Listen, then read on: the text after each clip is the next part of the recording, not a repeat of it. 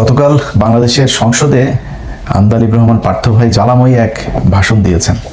আপনারা যদি এই জুলাইয়ের উপর মাথায় কাঁঠাল রেঙে, আর এনসিপি যে আমাদের দল, আমাদের হিরোরা যারা যুদ্ধ করেছেন, যারা এখানে আছেন, তাদেরকে বলে দিই, আপনারা জেনজিকে রিপ্রেজেন্ট করেন, জামাত জেনারেশন হয়ে যান না। পার্থ ভাই যখন ইংলিশে কথা বলে তখন আবার বিএনপির লোকজন একটু বেশি হাততালি দেয়। Unique, the revolution was unique, এর পরবর্তী government was unique, and what we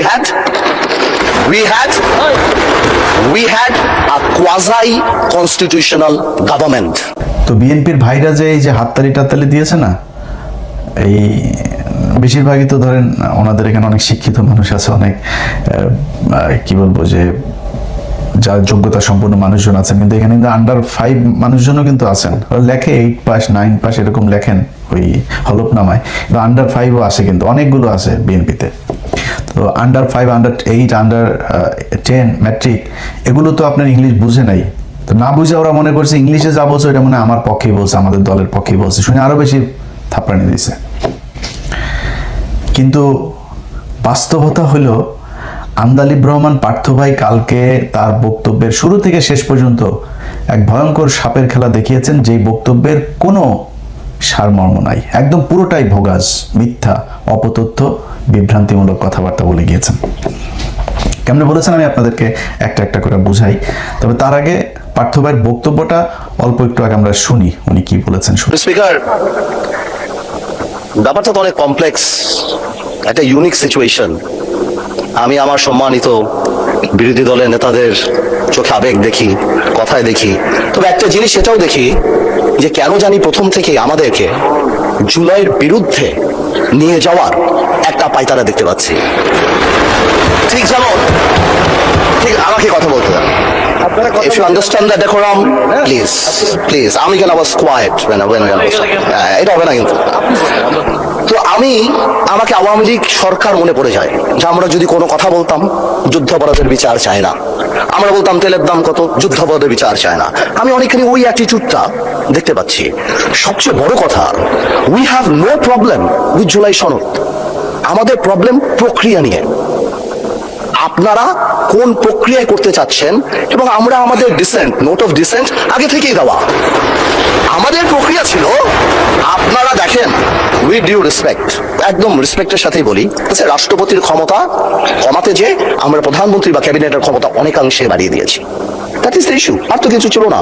এই কারণেও আমরা আমাদের কনস্টিটিউশনাল ফ্রেমওয়ার্কে রিয়েলাইজ করেছি উই নিড চেঞ্জ। আমরা মনে করি, মানে আমরা আজকে এখানে, আমরা পলিটিশিয়ান, আমাদের মাথায় রাখতে হবে that we must mitigate the harshness of the relevant provisions of the Constitution. At the same time, we must uphold the spirit of July. এই ব্যালেন্স আমাদেরকে করতে হবে। কিন্তু আপনারা তো আমাদেরকে লগা সেটে পাঠিয়ে দিচ্ছেন। আপনারা এখানে যারা বসা, আমার মাননীয় প্রধানমন্ত্রী কত বছর এক্সাইল, পাশে আমাদের মাননীয় এলজিআরডি মন্ত্রী কয়বার জেল খেটেছে, তার পাশে আমির খসরু সাহেব একসাথে জেলে ছিলাম, তার পাশে সালাউদ্দিন সাহেব কতদিন বিদেশে ছিল, এমন একটা ভাব কত বছর বিদেশে ছিল। এখানে আমরা যারা আছি, আমরা সবাই জুলাই যোদ্ধা। আপনাদের বিরোধী দলীয় সম্মানিত মাননীয় আমাদের যে বিরোধী দলীয় নেতা, উনি উনার ভাষায় এত সুন্দর করে আমাদেরকে রেকগনাইজ করেন, কিন্তু যখনই ফ্লোর আপনাদের হাতে চলে যায়, আপনারা আমাকে অ্যাটাক করেন অ্যাজ ইফ আমরা জুলাইতে আমাদের কোনো কন্ট্রিবিউশনই নাই। একদিন এক ভাই দাঁড়িয়ে বললো, গতকালকে সম্মানিত সংসদ সদস্য দাঁড়িয়ে বললো যে আমাদের এখান থেকে বলা হয়েছে এই আন্দোলনের সাথে আমাদের সম্পৃক্ততা নাই। অফকোর্স আমরা এই কথা বলেছি, because it was politically correct. We never wanted to give it a political face. আমরা চাচ্ছিলাম ছাত্র আন্দোলন বা যেই কোটা আন্দোলন হচ্ছিল এভাবে যাক। এই রেভলিউশনকে আমরা শ্রদ্ধা করি।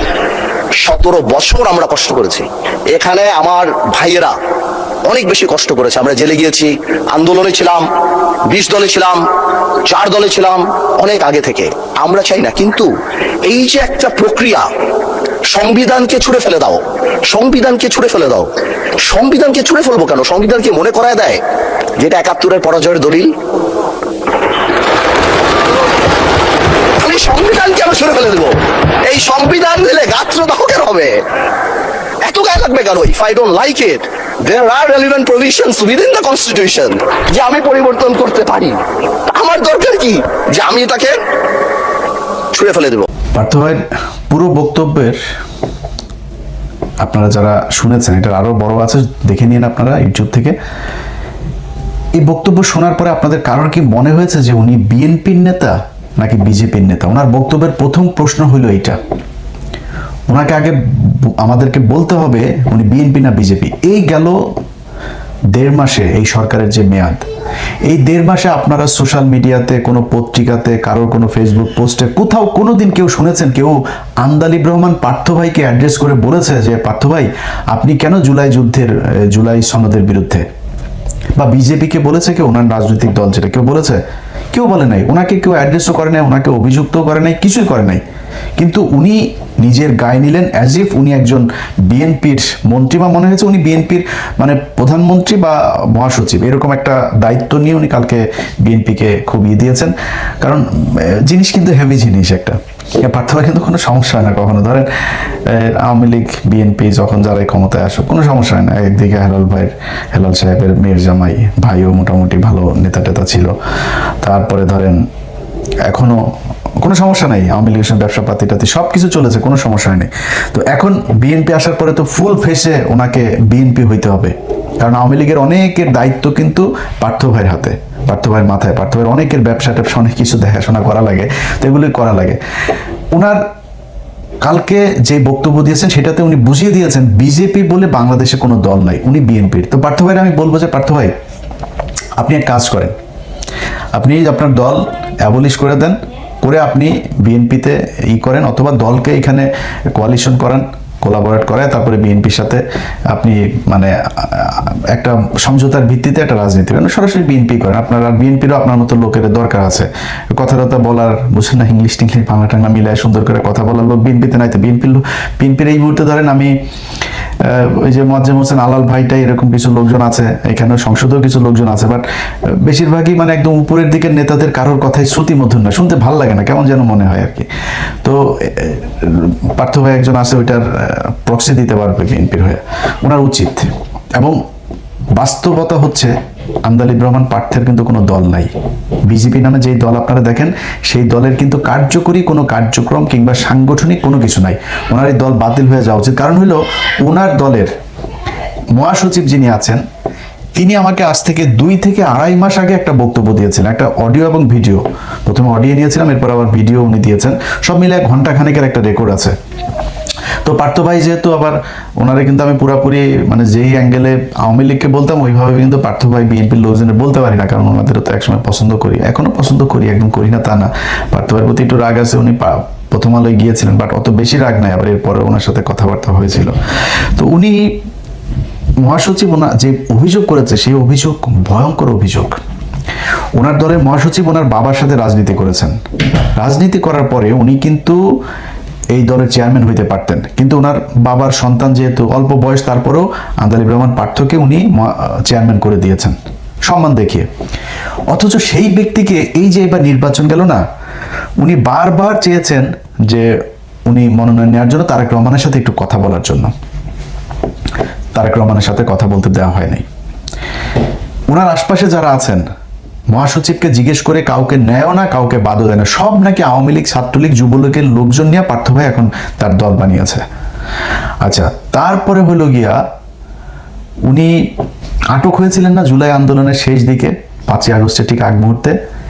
এই আটক হওয়াটা আটক ছিল না, এটা স্বেচ্ছায় শেখ মুজিবের মতো পাঞ্জাবি লুঙ্গি ইস্ত্রি করে তারপরে পাকিস্তানিদের হাতে ধরা দেওয়ার মতো হারুনুর রশিদ হাউন আঙ্কেলকে নাকি মহাসচিব পাশে ছিলেন, তিনি নিজে ফোন দিয়ে হাউন আঙ্কেলকে তখন তো জানে না যে হাসিনা যে পলায় টলায় যাবে, হারুন ভাই আমারে লোক পাঠান, আমারে নিয়ে যান, আমারে যদি এখন না নেন তাহলে এটা সবাই খুব ফিসি মনে হবে, সবাই বুঝে যাবে যে এটা আমি আসলে কাদের লোক, তো আমারে নিয়ে যান। এতক্ষণ যা বললাম না ওনার দলের ব্যাপারে, এই কথাগুলো আমার না, ওনার লম্বা বক্তব্য, আমি ওইখান থেকে আপনাদের 2-1 মিনিটের একটু বক্তব্য শোনাই। ওনার মহাসচিব যে কথাগুলো বলেছে ওই মহাসচিবের বক্তব্যে এই কথাগুলো আছে, আমি নিজের থেকে কিছু বানায় বলি নাই। আমার সাথে এই দলটা তৈরি করছি, এসআর সাহেবের সাথে আমরা বের হয়ে গেলাম শুধুমাত্র একটা মাত্র কারণ যে এসআর সাহেব আওয়ামী লীগের সাথে থাকবে, এই জন্য উনি তো ওদিকে চলে রেখেছি। আমরা জানতাম যে উনি চলে যাবে, হ্যাঁ, তো নাজিবুর রহমান বলছে যে উনি এই জন্য এরকম করতেছে।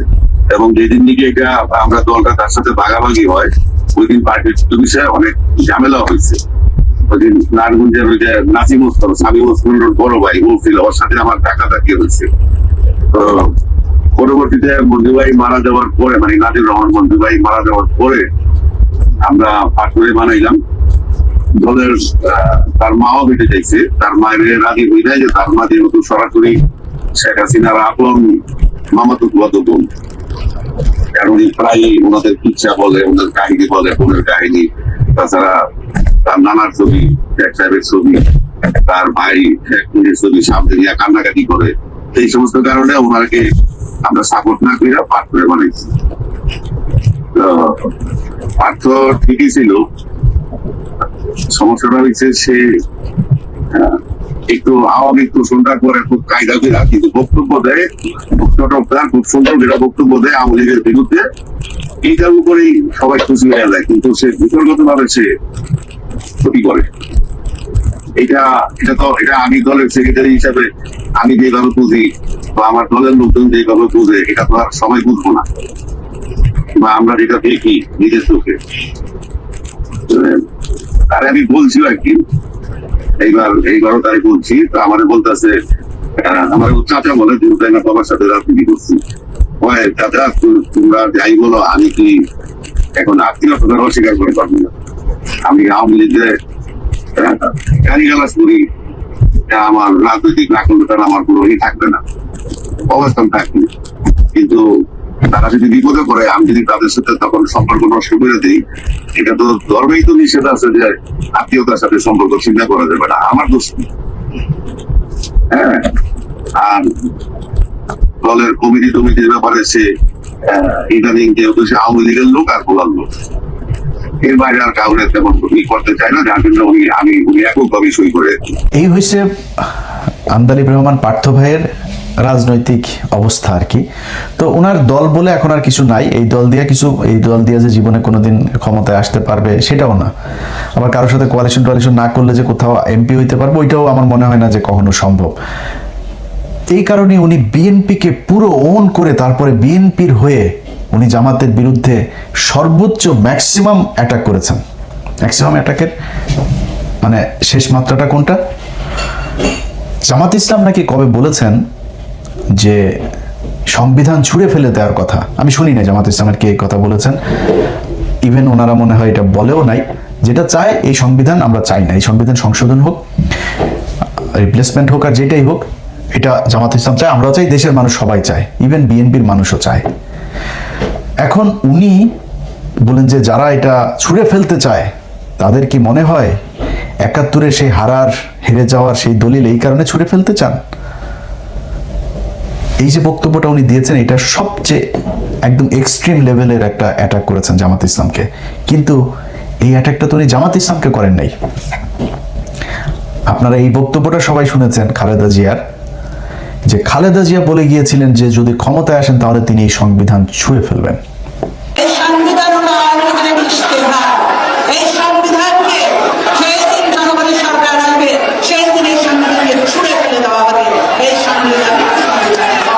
তাইলে এখন বলেন আপনি, আন্দালিব রহমান পার্থ এটা কি খালেদা জিয়াকে বলেছেন না জামাত ইসলামকে বলেছেন?